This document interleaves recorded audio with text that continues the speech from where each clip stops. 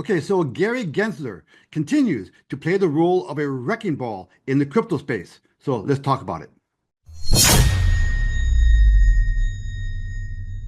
This is the Hey Ed YouTube channel. I am your host, moderator, and all-around nice guy, Edward Anderson. I'm not a financial advisor. Do not construe anything that I mention in any of my videos as financial advice. Always do your own research before doing anything with your money. And man, I can't wait for this guy to finally be gone.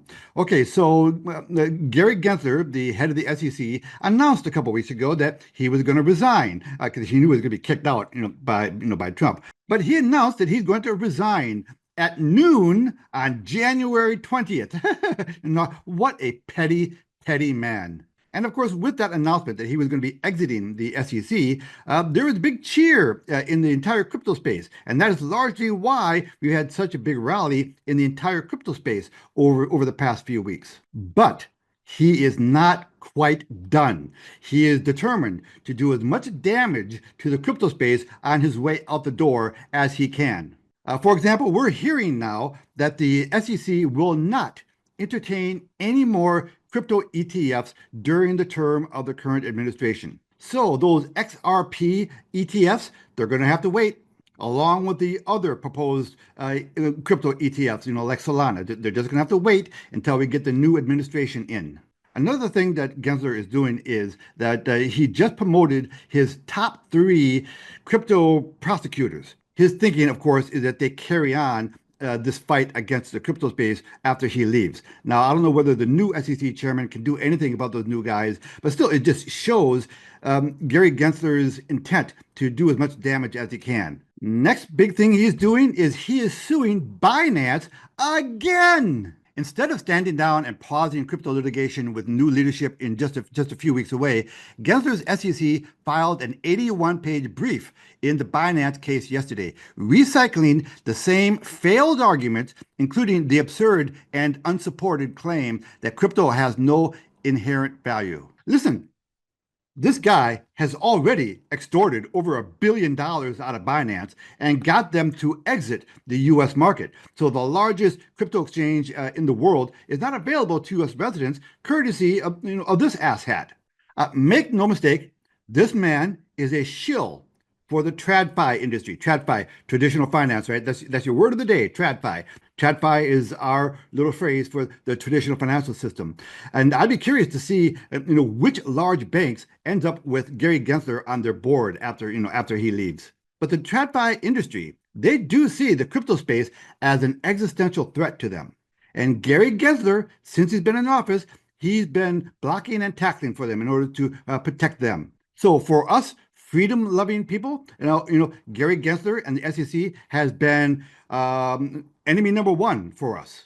And there's more evidence that the Biden administration has been going after the entire crypto space has just come out. U.S. regulator told banks to avoid crypto, letters obtained by Coinbase revealed. Coinbase's Paul Grewal says this is hard evidence proving the industry hasn't been spouting conspiracy theories about being shoved out of U.S. banking. A crypto industry court fight with the Federal Deposit Insurance Corporation has resulted in confidential crypto banking documents being shared publicly. Coinbase says copies of FDIC letters are proof that the U.S. banking regulator has been instructing banks not to handle crypto business. Now, we all knew that the Biden administration was anti-crypto, and they were going after the crypto space in any way they can think of. But this is actual documented proof that they've been doing it, that this has been a concerted effort. So let's make no mistake. The SEC is primarily an extortion operation. Okay, look, they got $1 billion out of, they will sue, they sued Coinbase twice and got hundreds of millions of dollars out of them.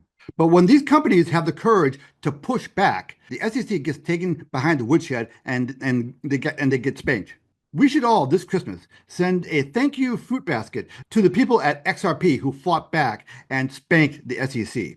So yes, XRP won, but the SEC continues to go after XRP.